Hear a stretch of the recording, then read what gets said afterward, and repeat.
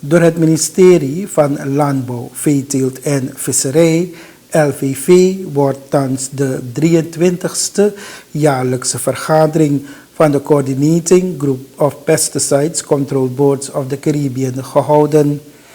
En naast de overige sprekers is deze vergadering geopend door minister Rabin Permisser van LVV.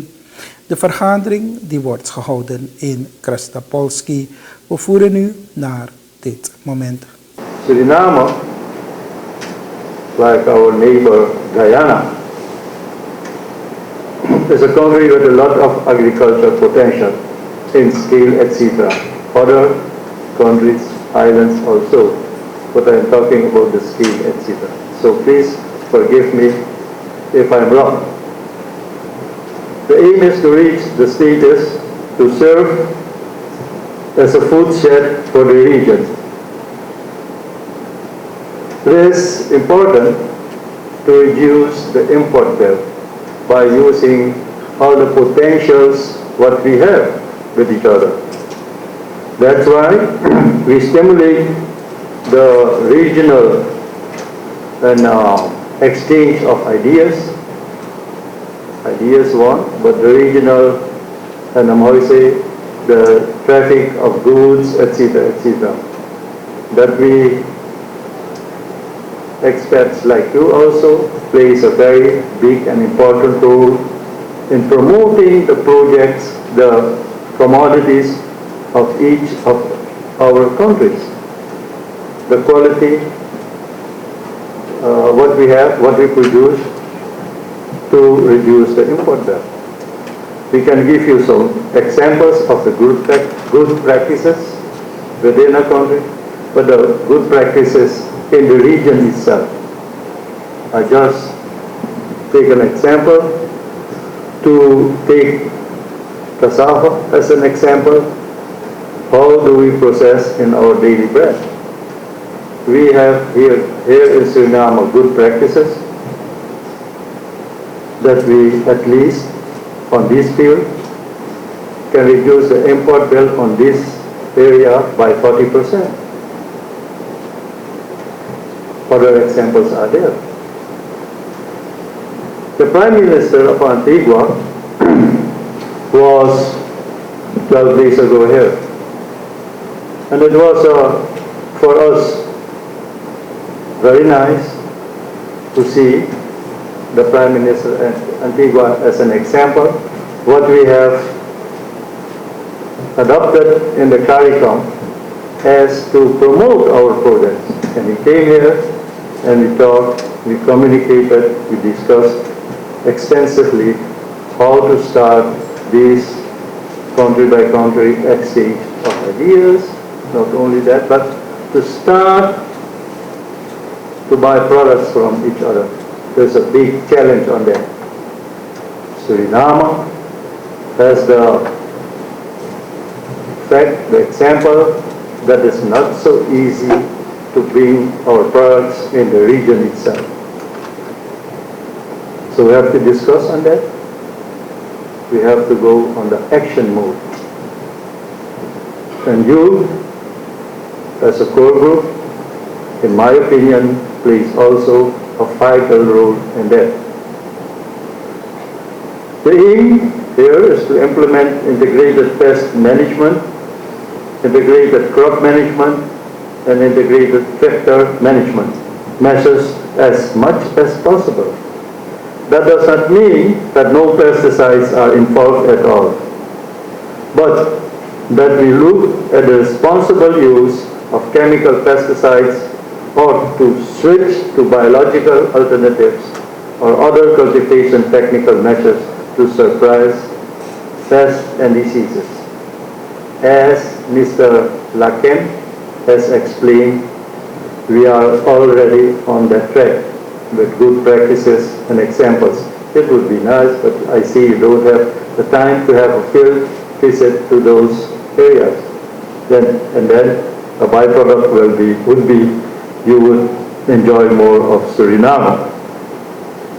Suriname is, of course, seriously talking taking measures to work on pesticide management system. This involves looking at a cradle-to-grave approach to pesticides.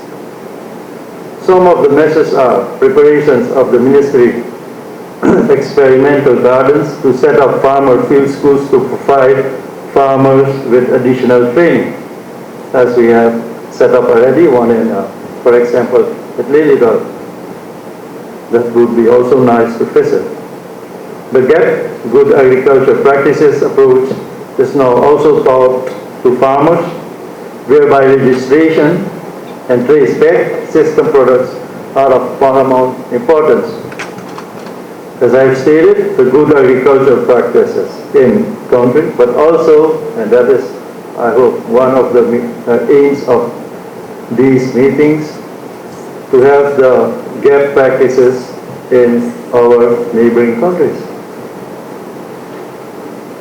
Work is underway on the construction of the laboratory to analyze residues and products and the correct composition of pesticides. One of the important things is the information and the change of mentality that must be brought about all levels of the community and especially among the young. In dealing with pesticides responsibly, there must be not an attitude of the most pesticide I use, the less headache I have from pests and diseases in my crop. Farmers internationally, when it comes to change of mentality, that's a big challenge. What we have in Suriname on food security and the use of pesticides in agriculture, that is a huge challenge what we have here. And we welcome the good practices to share with you in your countries. But also a big challenge is the aging in the agriculture sector. Maybe this is not the seminar, not the meeting of that, but how do you deal with the aging in the sector in your countries? How do we make, if I may use the word, this area, agriculture, sexy for the young ones? That is a great challenge, what I think all of us have. Let's see what kind of good practices you have and learn from each other. We are trying here and there. Let's change the ideas.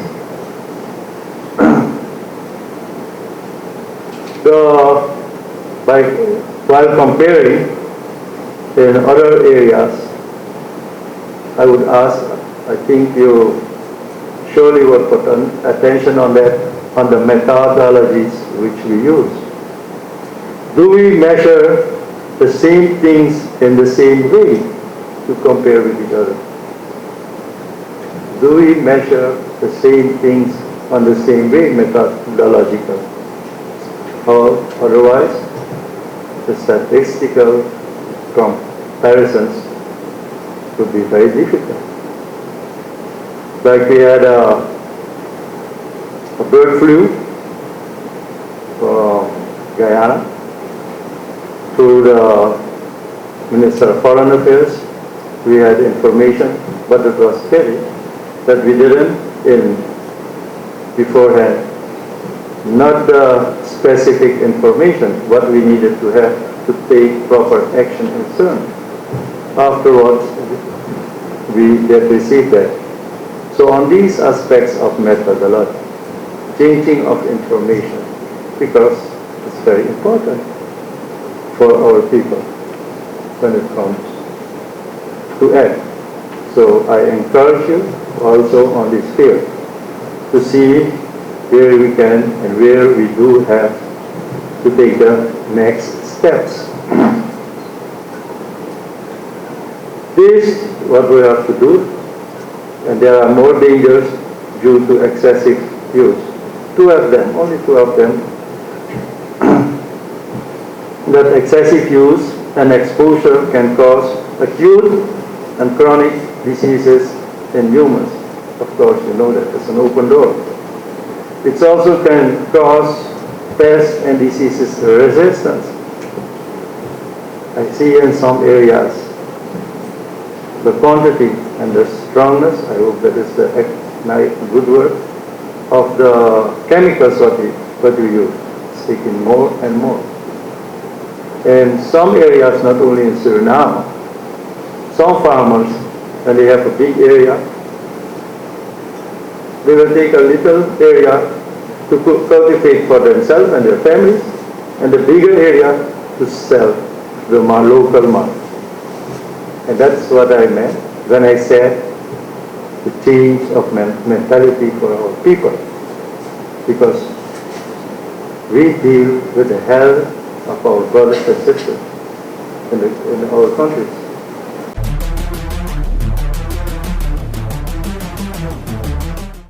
De 39-jarige Silas Ori, die zaterdagochtend uit de strafinrichting Zantoboma ontvluchtte, is zondagmiddag aangehouden door de politie van Munder. Naar verluidt kreeg de politie een tip wanneer de crimineel op een woonadres in Charlesburg werd aangehouden. Ori was veroordeeld wegens beroving door middel van geweldpleging en heeft nog enkele jaren uit te zitten. Hij zag zaterdagochtend kans samen met Ramesh Persaud Mohes te ontsnappen uit de centrale penitentiaire inrichting Zantoboma door een ladder tegen de muur te zetten. De ontsnapping werd vroeg ontdekt. Mohesh is nog steeds voortvluchtig. De politie werkt aan zijn opsporing. Hij heeft in 2016 een vrouw vermoord en op zijn achtererf begraven.